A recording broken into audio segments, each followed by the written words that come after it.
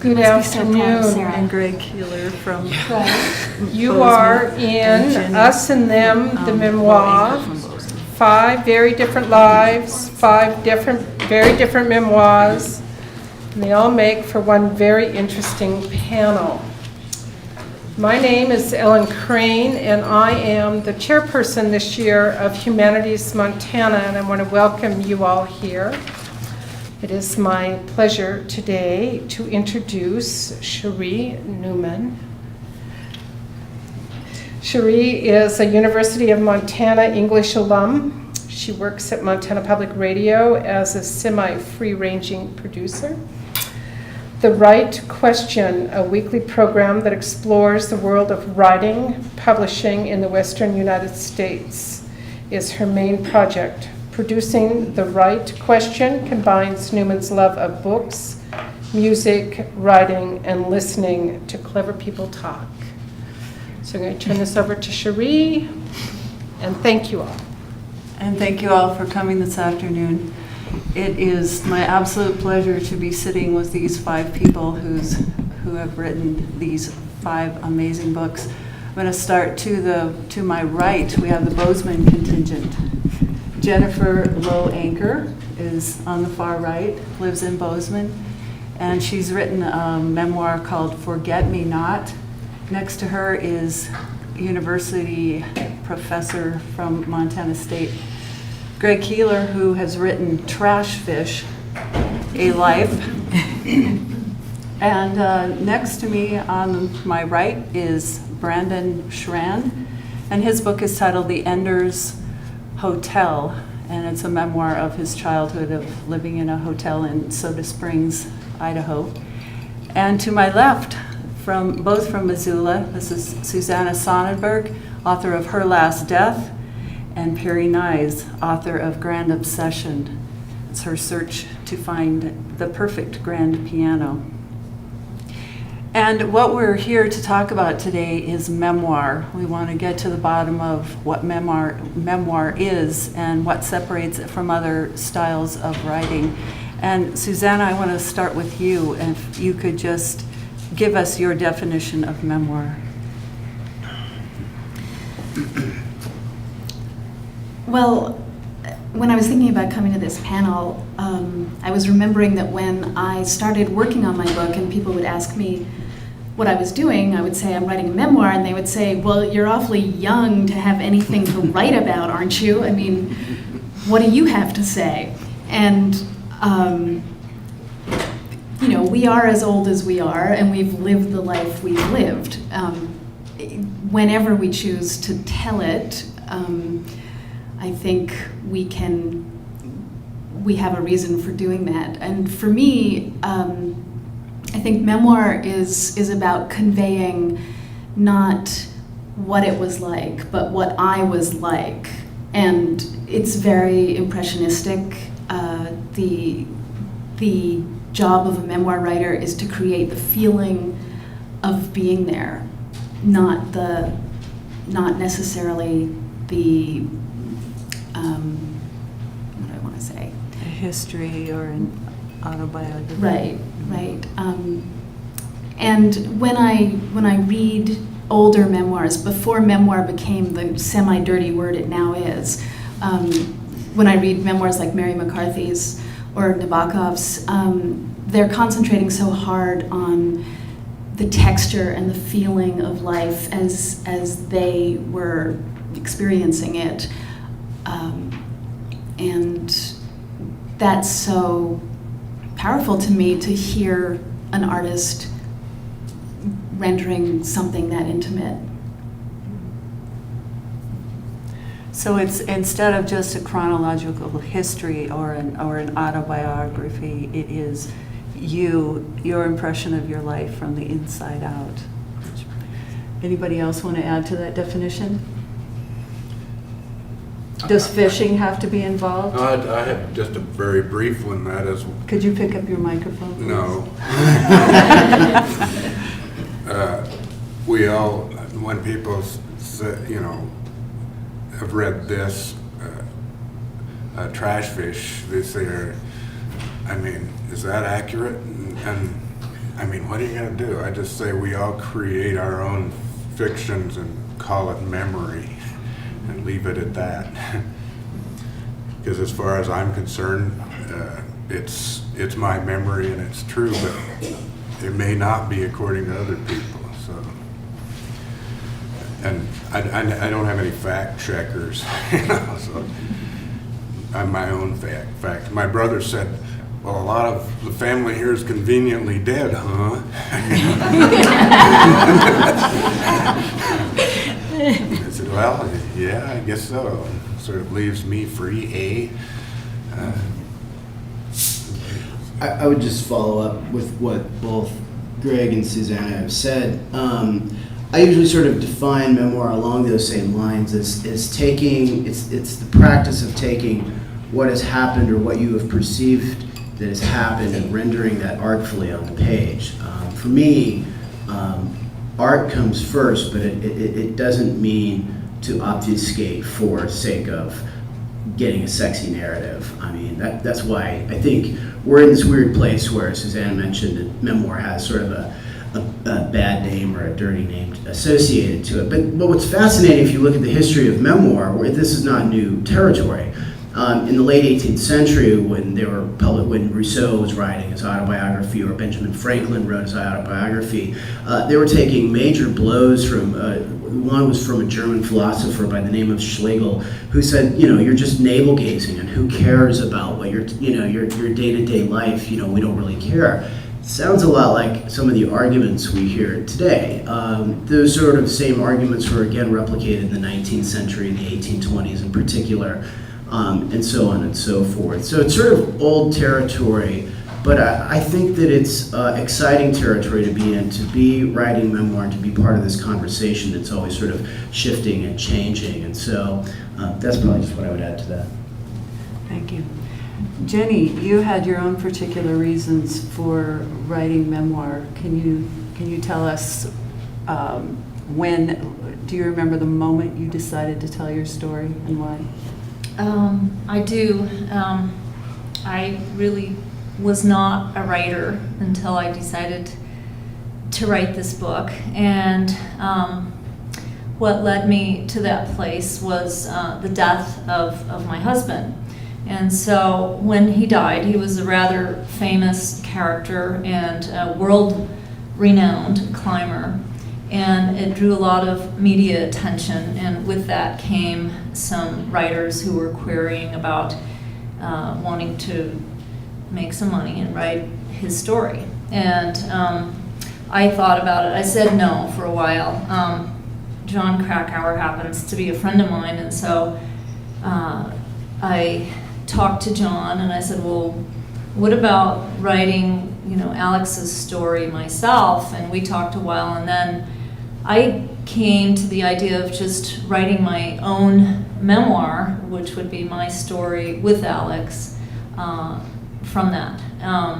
And set out. It was a rather enormous task for me, being the first thing I'd ever written. And I must say I'm rather proud of sticking to it. It's probably the biggest accomplishment that I can count to date, other than perhaps birthing and raising my children.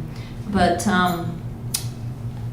I think that, so it's a little bit unusual the way I came to do it, but so my story is a little unique because I was using a lot of Alex's letters and journals, and I am kind of recounting some history in there, but also using my memory and my impressions of things and my certainly impressions of places. A lot of very descriptive writing in my book. So. Thanks. Yes. And I really liked the way you used letters. And you started out using your husband's letters and then ended up using your son's letters. Mm-hmm. It was very poignant. Perri, your background is more journalism, right? Right. What made you think that people would care about your process of buying a piano? Oh, I didn't think they would particularly. I didn't start out to write a memoir. In fact, if you told me 5 years ago I'd be on a panel about memoir, I would have laughed at you.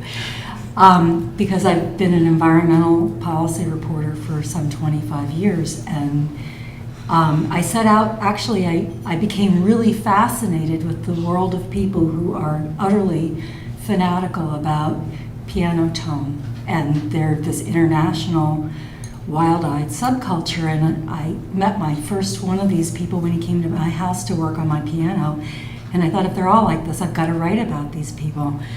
So I went about this originally as a journalist, but alongside my reporting, I was experiencing my own struggle and my own story.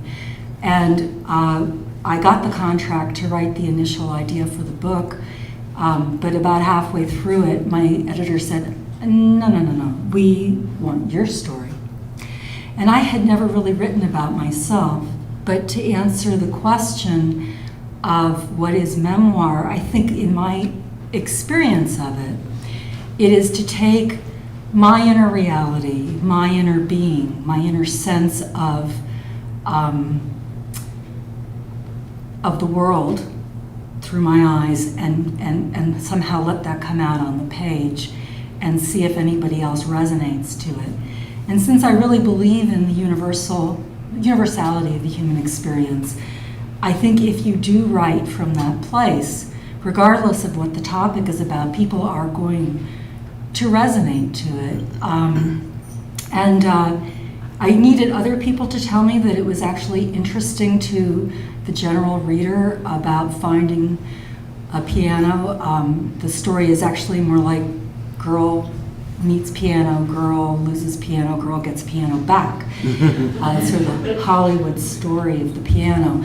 But then I launched off from there to do a much deeper inner inquiry about what is it that happens to us when this happens, about anything. Could be a motorcycle, could be the wilderness, could be anything. But when we are turned on by something and resonate to it, what is it that's happening to us?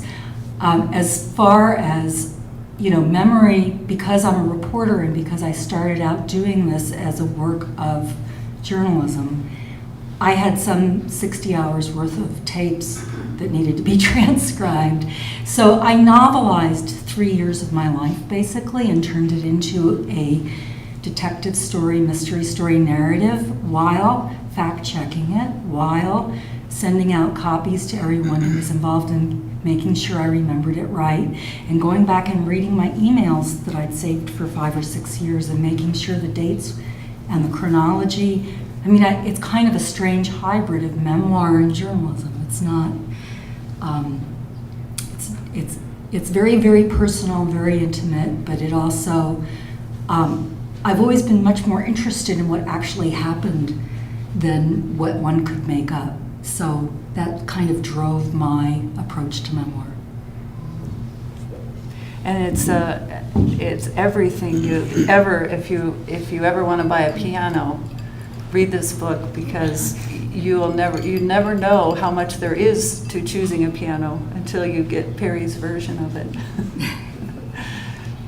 Every writer at this table really, as Perri has illustrated, approached this from a different way, a different voice. Perri had her facts all in a row. Jenny was using letters. Susanna went back to some journals, but also had a lot more feeling and emotion. Brandon kind of chronicled his life, but looked at what was happening in that hotel when he was growing up through little snippets of particularly men who stayed at the hotel, which was an interesting perspective. And the voices were fairly consistent. And Greg, I want to ask you about your choice to go in and out of third person. When it seemed to me, when you got to a point that was really maybe painful for you, you switched to third person and looked at it from way out here. Can you talk about that? Yeah, it's like, as I was going through the experience as I wrote and re-experiencing what I was talking about, I just found myself going into the third person, thinking, this isn't like me. This is like Greg. So I talk about Greg as some other character, and sometimes I even split off from myself and talk to myself, as I frequently do anyway, as a separate person. That's why I wind up going to marriage counselors with my wife. One counselor who is renowned, raked over the coals on 60 Minutes for charging each separate personality of someone with multiple personalities. As long as he gave me the pills, though, what the hell? But yeah, it was detaching. It's both for humor and also, but that's how to make humor out of painful situations, is just to talk about yourself as somebody else. And then when you sort of relax, then you go back, or I went back into the first person, and then I'd come up against something again, like you say. Usually this whole thing is about my screwing up my life, basically, over and over again, never learning the lesson. And so when I sort of relax and think I've learned the lesson, I'll slip back into first person, but then boom, there I am screwing up again, and it's not I and me, it's Greg. I can see why you're in marriage therapy. I'll just take my pills now. A whole lot of amphetamine salt. I don't think we can have a discussion about memoir without the name James Fry coming up. And Susanna, I remember you telling a story of you were in the middle of writing your memoir when the whole thing blew up, and I think all of you were pretty much probably in that process. So I'd like each one of you to speak about how that affected you and affected your work, and whether you felt like you needed to jump ship. I'll start with you. I was in the middle of, I had just finished my first draft when Oprah decided to take James Fry to task. And all I could think as I watched Oprah for the first time was of myself sitting in that seat with her being mad at me. And I knew that I really didn't want that to happen to me. What I thought when that was going on was that it was going to be real trouble for the whole genre of memoir. It was going to put it in a spotlight, for one thing, and make it strange, but it was also going to call everything into question. It was going to call everything that any memoir writer had ever put on a page into question. And that seemed to me, I started thinking, what is the question? The question was, did this really happen this way? And to me, the answer was no. To me, the answer was, this happened, and here's what my memory did with what happened, and here's the fact that my memory is important to creating my personality and who I am and how I move in the world. And I can't be responsible for how everyone else sees it. In his case, he lied very graphically about something that was very easy to uncover, I guess. And I think that his mistake was, in presenting his impression as literal truth.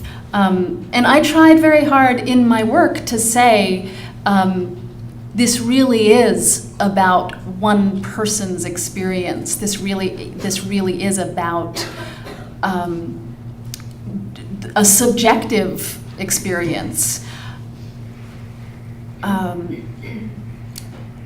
you didn't give up. No, I didn't give up. I couldn't. But I knew then that when I handed the manuscript in, it would come under a kind of legal review that probably wouldn't have happened, and I was right.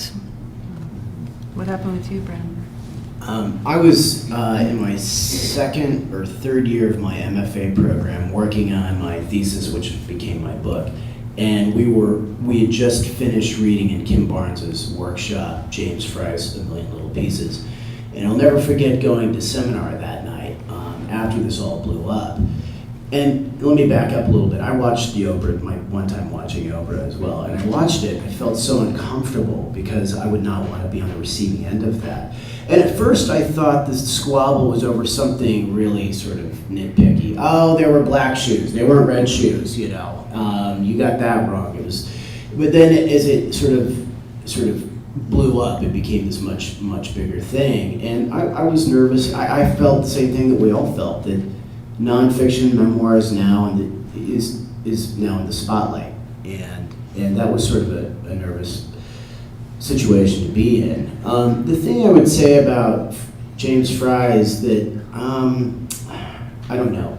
I think that he didn't know the genre well enough. There's ways. Here's the thing. There are so many quiet memoirs out there, beautifully written memoirs out there that aren't, about, I took 50 pounds of heroin, and this sort of thing. Or you can approach catastrophe and trauma, but you can do it beautifully and you can exercise restraint. And I think the best memoirs, if they're speculating, they say that they're speculating.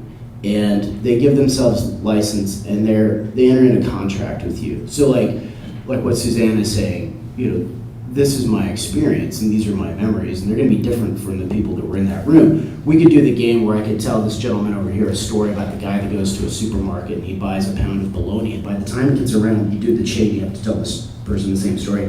Get over here, and the story is about this little kid that bought a hog farm, and he's going into outer space. So you're like, how the hell did we get there? We just went around the room.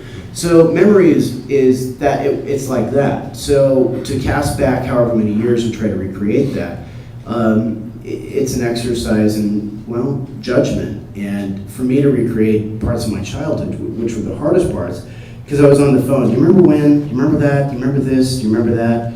And you would always get these sort of conflicting results with my mom and my grandmother and my father and myself. So I sort of would have to just go with my gut the way that I remembered it. Otherwise, I would be writing by consensus, and that would not be a very good book, I would imagine. So, I don't know. That was my immediate memory of the whole James Fry thing. Yeah, I got nervous about that, about the industry, actually. How about you, Greg? Microphone. How do you want to direct it at me? Were you in the middle of writing when James Fry happened, and did it affect you? I just figured anything that I said was going to be called into question anyway. I didn't really. I saw that and I thought it was amusing. That happens to a lot of people, and I'm sure it'll probably happen to me. And I'll swear up and down, but I'm telling the truth. But he should have just called it a novel and it would have been fine.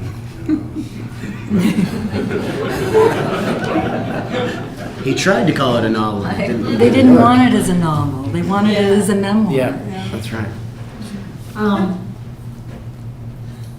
We actually share the same agent in New York City, so I was very aware of it. And my publisher was too, and so I'm going to share with you just a little thing that they made me put into my book in the author's note.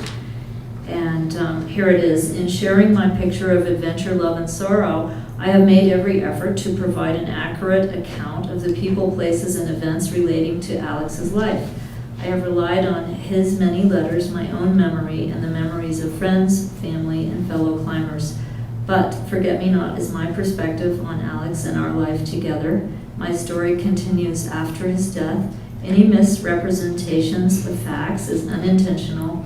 I have attempted to confirm all details, but some inconsistencies may remain, for which I apologize. I did not write that last sentence. The lawyer wrote that last sentence. So that's in there.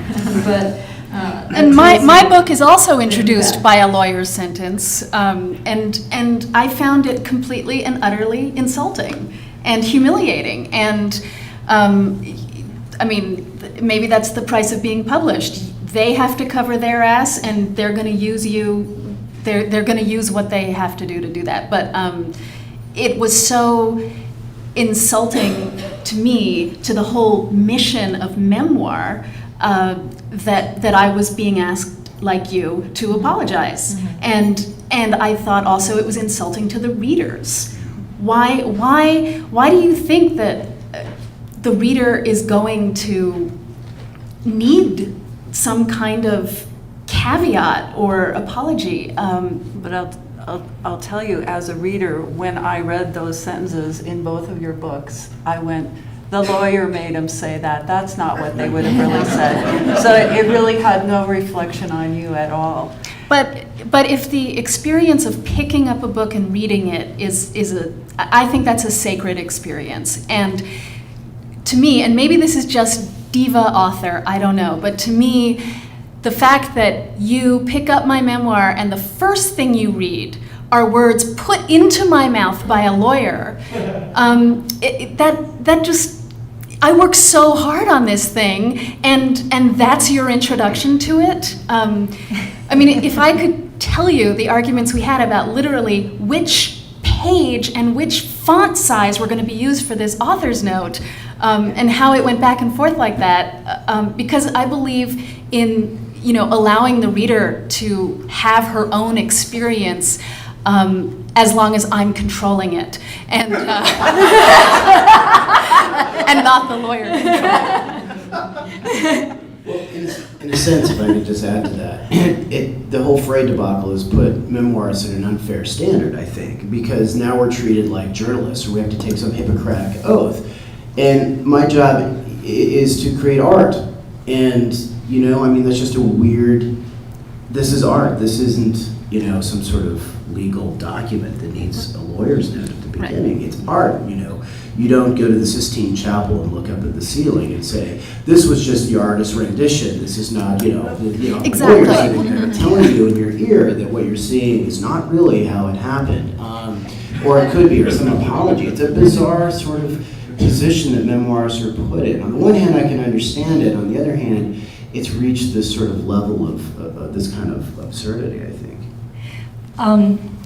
I guess I'm going to be the odd man out here. I think that I will start by saying I did not watch that Oprah episode, and nor have I read A Million Little Pieces. However, my understanding is that he just made this up out of whole cloth, meaning it was not a memoir. And it's wrong to take the entire genre of memoir to task for what James Freud did. He lied. None of us, I think, did that. And I don't really have I have the disclaimer on the front of my book, too. Susanna and I have the same publisher. It could have been the same lawyer. But I worked really closely with the attorney, because here's what I believe. Even if it's a memoir, when a reader picks up a book, they have made a pact with the author. And the author, when they wrote the book, made a pact with the reader that they can trust. You can trust me. What I wrote here is true. It's either true factually, it's true spiritually, it's true in intention. And the reader has to be able to trust that. Otherwise, there's a violation that happens. And I actually was not writing a memoir when that all broke. It turned into a memoir shortly after that. And my editor and I did have a conversation about that. I said, can I just change the chronology of when something happened, because otherwise I'm going to have to put a whole lot of stuff in there that's kind of boring in order to get from point A to point B.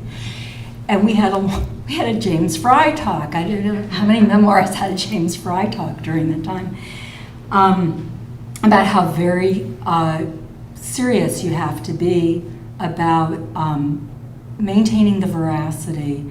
And I'm not saying that it has to be literally independently proven by a court of law type of truth, but it needs to at least be intentionally true, spiritually true, true to your vision, true in some larger sense. And he violated that. And I think it's unfair for us to talk about the work that we did and hold it up to that as saying that it really reflects on what we did at all. So. And along with that, in issues of trust, then you're all writing your stories, and there are a lot of other people involved in these stories.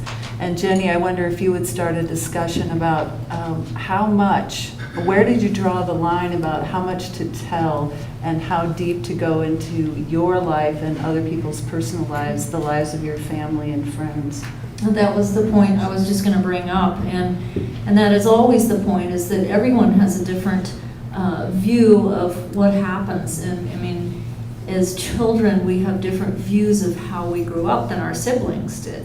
And so that's always going to be the case with memoir.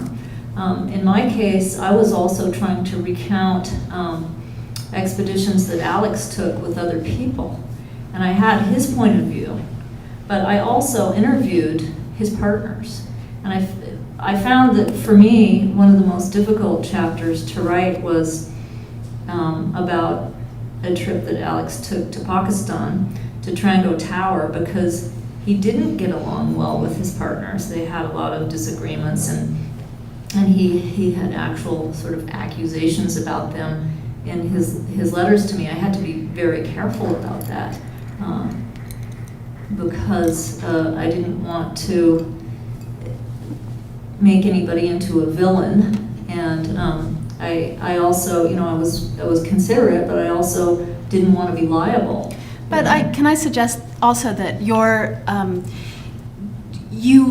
didn't need that as part of your narrative. Your narrative had a different focus, which didn't really include, accusations that he might be making about his partners.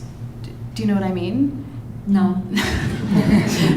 No. Well, you say you have to be careful, but I mean, you're a lot of most of the book is this very personal experience of Alex, and not, so you kept that emphasis there. Mm-hmm. If you'd gone into the accusations, say, that would be more Alex's interpretation. I mean, it's your voice. The book is in your voice. Mm-hmm. I still had to be careful too. I mean, even in talking about our families and how much to tell and what to tell, what not to tell. I mean, you have to consider that these other people's lives are out there, and they may have a different view of how it was. So, yeah, that is something that I thought about quite a bit. And I did find that the Trango Tower one was the most difficult. Alex really didn't get along with a couple of the guys, and there were some specific reasons for that. I was lucky that I was able to get the quote of one of the other people who was there that I interviewed and put that in. But once again, I felt that there was a need to be really, really honest and to sort of show the whole picture of the good stuff and the bad stuff. And everybody, as I said, has their different opinions of what's good and bad. But no, there's definitely a juggling act that goes on. And I think, to speak in literary terms, you have to become a reliable narrator as you're writing your own story. You must create trust in your reader. And so, Greg, since most of your people are dead and can't speak for themselves, how did you handle those issues of trust? A whole lot of them are alive, actually, and how I try to deal with that is, one, by giving people more archetypal names instead of naming people, because in a way I was doing both stereotypes and archetypes, and the effect of mine was intentionally comedy. There's some really tragic stuff that happens in it, but how I tried to protect people who were having personal things revealed is by making myself the butt of the joke through the whole thing, so that it's not, you know, it's not them. And I really didn't feel like it was them when I get into personal things. I feel like I was, and I tried to bring that across in a detached way, so that it wouldn't portray other people in negative terms, but it just sort of lend to my own cartoonish foibles or whatever. And at the end, it just turns out, you know, that I couldn't do that totally, and it has some tragedies that happen in it. But I really was definitely not going to name any names. The interesting thing is people out of my community and some of the people that I bring up at the end of it in some of these tragic situations have come up to me and said, well, you have poetic license. I know some of these events, and you have the prerogative to stretch things a little bit, and I'll say, what? What did I stretch? You know, because basically it's the things that are the most outlandish that happen in this that are the truest. And if I'm, as we've been saying, if I made things up, it was because I couldn't remember, you know, or I just got it wrong. Because most people who went through these things with me have a whole different story from their perspective, you know. It's just, it's their story. And what I'll say is, well, this is my story and I'm the fuck up. You know, that's all I can say, really, because everybody involved in a narrative that's based on reality is going to have their own take on it. And when they read your version of it, though, they had to at least get a few good laughs. I hope so. Because it was a very funny book. How about you, Brandon? Did you have reactions from people who were in the book that favorable or unfavorable? Well, yeah, I mean, fortunately, most of it's all been favorable, with one exception. My family was all behind it. They didn't read it until the day it hit the bookshelves. So I sent a copy to my mom and said, here it is, so parts might sting a little bit, and brace yourself. And the only thing she said to me, which was really great, she said, you know, I cried a little bit and I laughed a little bit, and she said, I just wish we wouldn't have lived that way back then. She said, I wish I would have made different decisions. But now she's sort of my unofficial marketing director in a very embarrassing kind of way. Like, out on the street corner, my son wrote this book, you gotta read it. Stop it. It's so embarrassing. Can I get more postcards? No, I'm not happy anymore. So it's turned into that. The only weird reaction that I got, one of the main characters in the book was my best friend, BJ, who I do name the people in the book.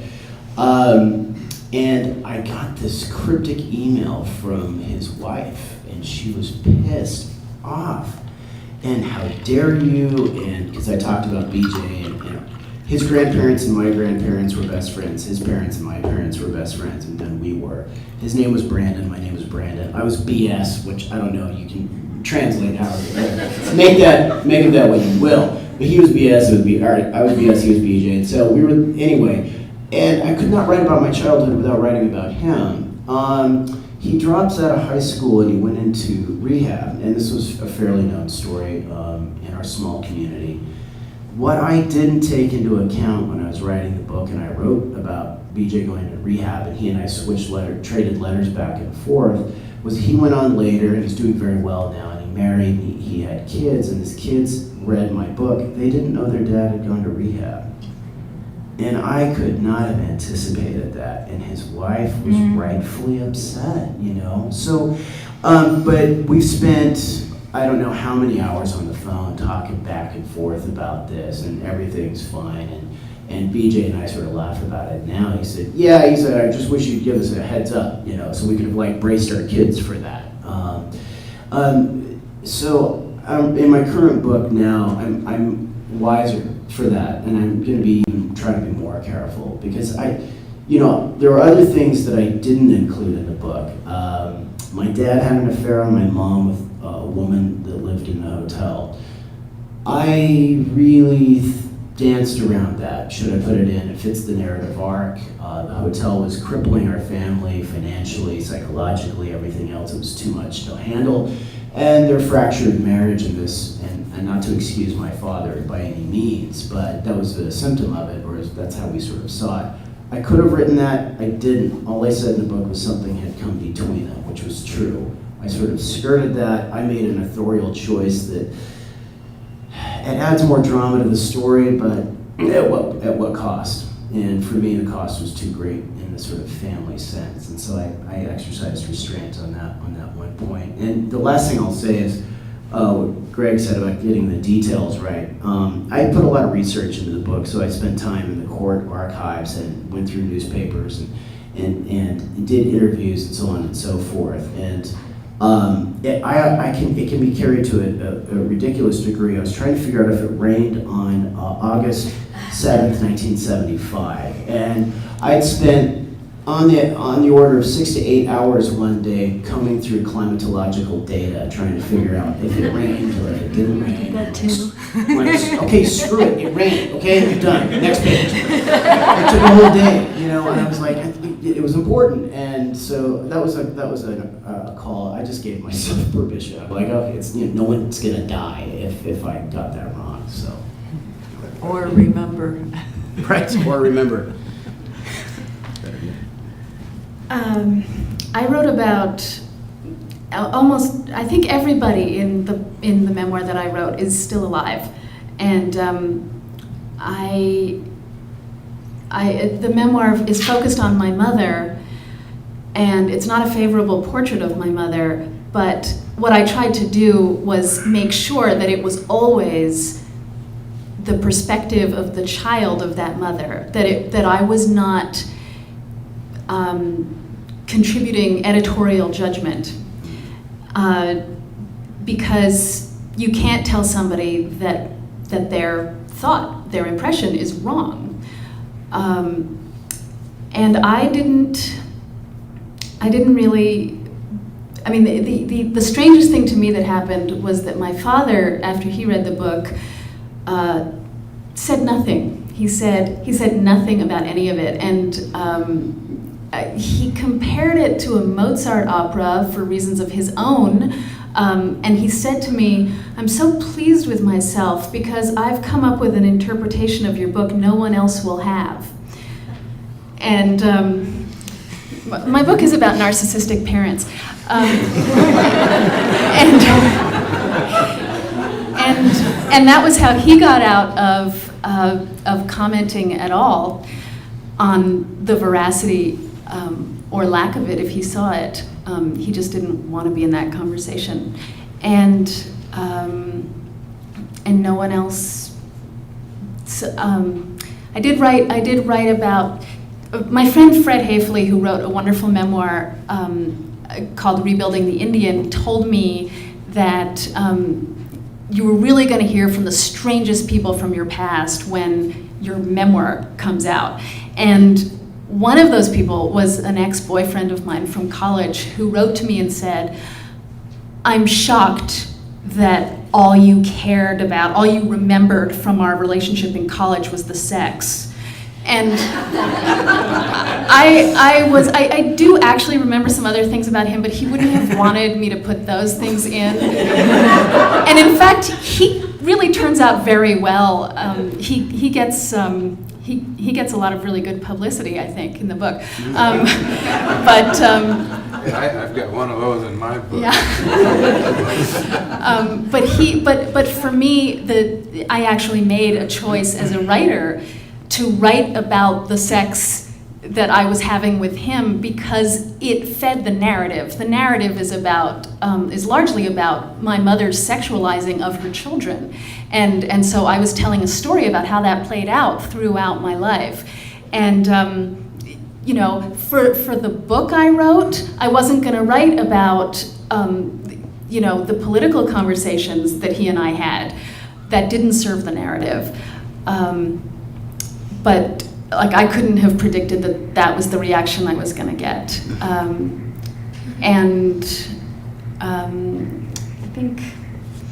I guess I'm next. Actually, this question was very, very important to me and something I wrestled with all the time.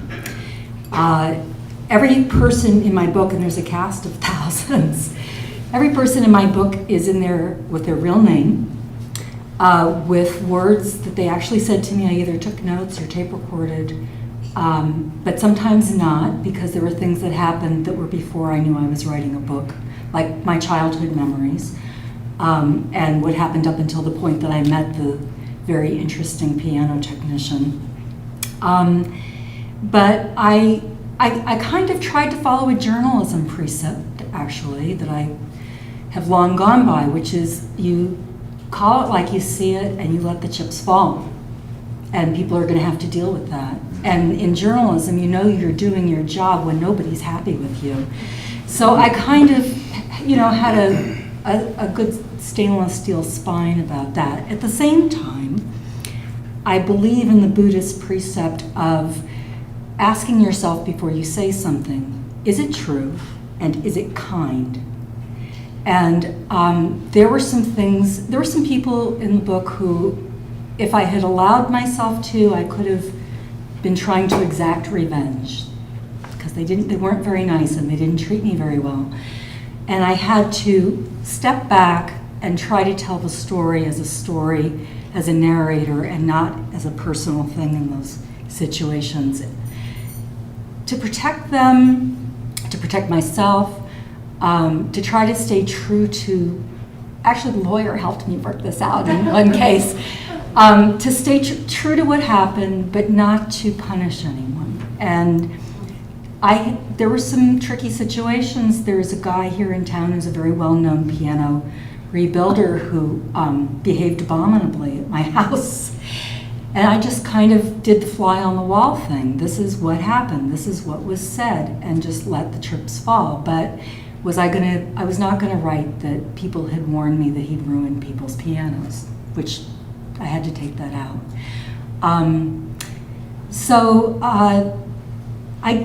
As far as reactions from family and friends, the main character in the book is a guy by the name of Mark Weiner, who is a very eccentric, very outlandish character. It's kind of like hanging out with a Mad Hatter on drugs. He's just really outrageous guy and very articulate, and everything he says is fascinating. But he's really weird. I'm sorry, he's really weird. And I finally, when I took him to the airport for the last time, I said, Mark, we've got to have a conversation. Of course, the tape recorder's running. I said, Mark, what I'm doing is I'm painting a portrait. And this is not a commissioned portrait. And, just like Les Mademoiselles d'Avignon probably didn't like the way Picasso painted them, you may not be happy with the way I portray you. And he said, it's all good, it's all good. I understand you're an artist, and I try to do the same thing with my tunings, and it's all good. But I figured these people are gonna read the book, and I may as well find out if there's a problem before it goes onto the bookshelves. So I sent to every person in the book who had any substantive role in it, including my father, what I had written. And they got to actually read their section and comment. There was someone who demanded to be taken out of the book. There was someone else who sat with me on the phone for 16 hours over 2 days trying to get me to change every sentence she had said to make herself sound like she was a Victorian drawing room novel. I finally just took her out.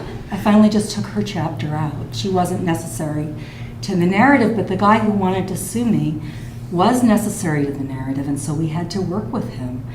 And I did that because I didn't want trouble, but also I found out I'd gotten some things wrong, technically about the piano, about people's history. You can't get everything right, and so it was really valuable to share this with people ahead. And Mark Weiner, to his credit, not only did he love it, but I still have on my answering machine, I won't ever erase this, his wife calling me. She read it. And she was like, Perri, it's so wonderful. And that part, you just nailed him. Where you said that you were so upset with him, you wanted to strangle him. Well, I've been that way myself. And he said he didn't think he was that bad, but I said, oh, I'm sure you were. And it was great, and they loved it, and they've been helping me with promoting the book. And so he was wonderful. So I ran the whole gamut from the people you thought would hate it the most to the people, who loved it, and the people you never thought would be offended, like this professor at Bennington College who was up in arms because I had, violated his politically correct ideas. And my father, it turned out, had told me some lies of omission. I kept trying to get him to confirm that he had actually been a college football player. And that was the one question I asked that he refused to answer. And I found out because my older half-brother had given the book to his mother, my father's first wife. It turns out he had been on the football field all through college in the marching band. But he had not played football since high school. And all the 4 children were in shock because all growing up, he had been at Michigan State on a football scholarship. So I had to change that for the paperback. As we said, 5 very different books. We have time for one more question, and it needs to be fairly abbreviated answers. We have about 5 more minutes.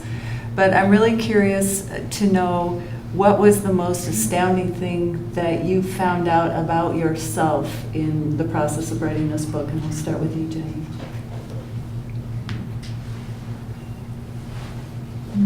That is kind of a hard one, especially to make it quick. I think for me, more than anything, writing my book was a journey of healing, in a way, of reliving my life. I had 6 years of life that were pretty filled with grief and pain. I lost my husband, then my mother, and then my sister over a period of 6 years. And so in reliving the 18 years I had spent with Alex, it was just this kind of amazing voyage of all the adventures that we had shared. And I think that's what's wonderful about my book, is that when you read it, you get to go on those adventures that we had. And so I realized what a great life Alex had had, even though he died at 40, and that I had had with him and shared with him. And so, I think it was a very cathartic experience writing the book for me, and just looking at my own life and realizing how precious all the experiences I had had were to me. And then going forward, being able to go forward and look for more and really appreciate each day that we get.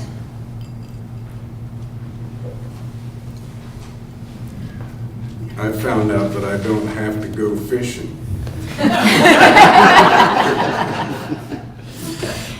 You okay? That's good. I don't know. I have this sort of complicated relationship with the town that I grew up in, Soda Springs, Idaho. And I guess I came to a place where I was more forgiving. For example, just to let you know, like the primary company in Soda Springs is a company called Monsanto. And I don't have a whole lot of good things to say about Monsanto, but I also came to a more complicated place, which I think is a good thing. It's sort of seeing that, the people that work there, they wouldn't have insurance otherwise, that sort of thing. Because it was so easy to demonize the evils of these mining companies and what they were doing to my hometown. And so I arrived in a more nuanced, complicated, more forgiving, but still critical, in a way, place. So I think that was one of the good takeaways, I think, for me. In mining, my deepest emotional experience, I was surprised to find the kind of vast tenderness that I developed and respect for everybody else's deep emotional experience, that each one of us is walking around with a profound truth, and there's no way to look at the person sitting next to you and know what that is, really, but it's there. And I think that just developing that compassion, for me, was the surprising thing that came out of writing this.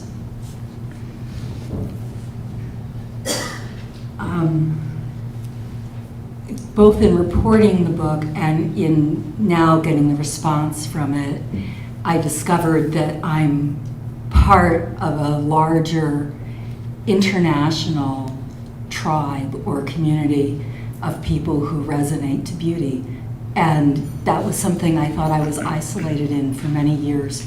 And it's tremendously gratifying and a huge reward.